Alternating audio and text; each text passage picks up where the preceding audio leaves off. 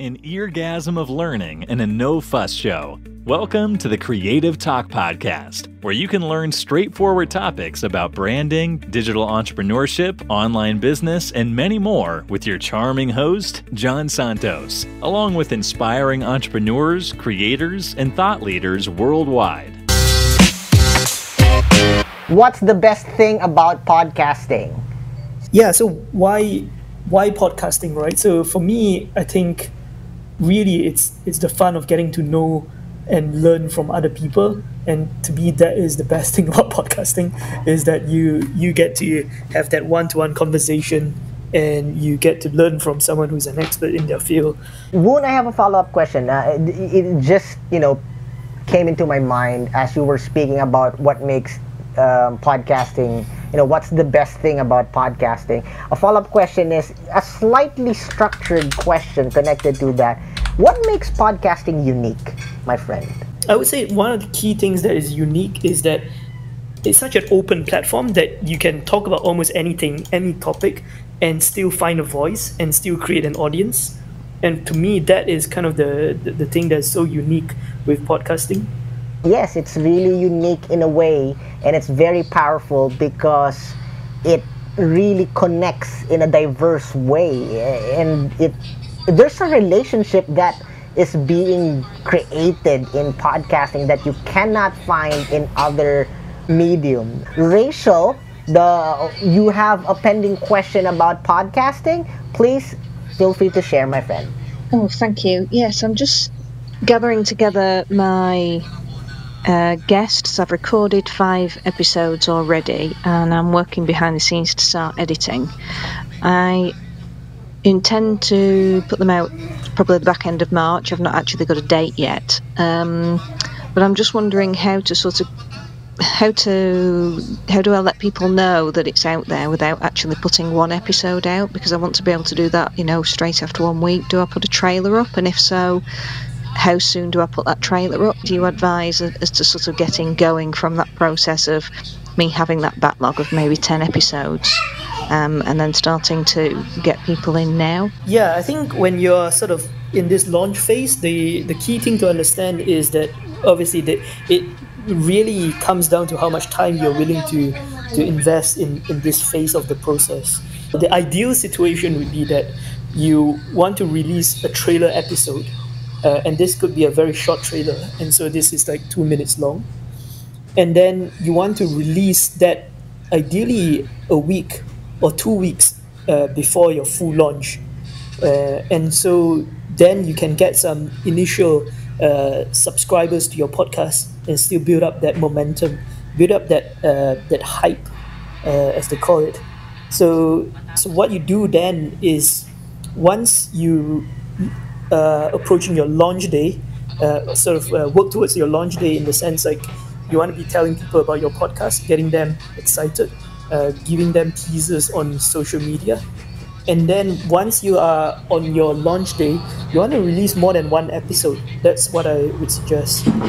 Release maybe two episodes, 3 episodes, depending on how many episodes you have for this series, for this bank of content. Then following on that, you want to release on a weekly basis new episodes. So that's kind of the launch strategy that I would advise you to go with.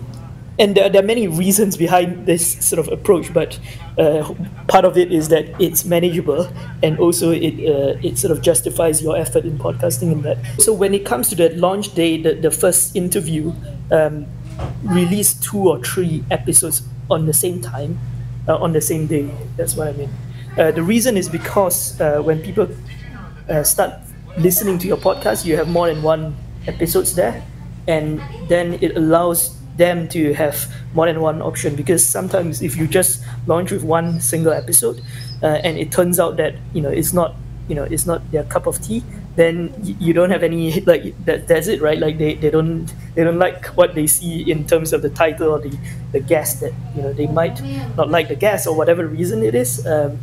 So it's just that it increases your chances of getting someone else to listen to your podcast. Oh gosh, that is so useful, because I have such an extreme variety of guests. That makes perfect sense to me, so I'm so grateful for that advice. So I appreciate that so very much. Thanks, Woon.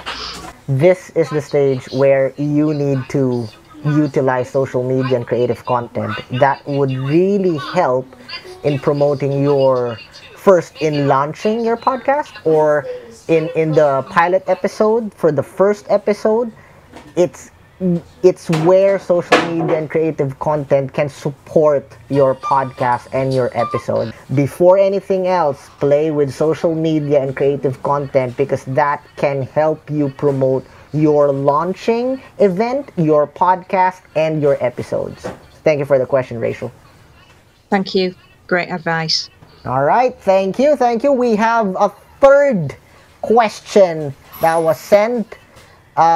This is kind of funny, Woon, and this can be answerable by yes or no. But please give us some explanation behind it. I already sent it to you. Question: can podcasting be a full-time job or a full-time business? The floor is yours, my friend. Thanks, Jen. I think the short yes or no answer is obviously yes. Yeah, I mean, podcasting is definitely something that can be done full time, and it's definitely something to explore if that's a question that you're contemplating. It's I mean, there are revenue streams that you can create for the podcast to sustain itself, to grow, and to cover your costs, but also to make it a full-time business. And so yeah, I mean, it's definitely something that is doable. And I've definitely helped people who are doing podcasts and turning it from, a passion project and turning it into a full-time sort of job. And for everyone that is, us in this session, Woon here is the CEO of an international podcast agency where he really focus on niche clients. Well, I always use the word top grade clients. We have Pete Cohen here, Patty Dobrowolski. So I know people who are who has made money before even their podcast launched. You are one of those people. You can actually use podcasting for prospecting. It's actually a very, very powerful way to position your podcast, in the sense your guests are potential clients, right? So we know that, and we have we do have clients that actually use podcasting to do very specific type of prospecting.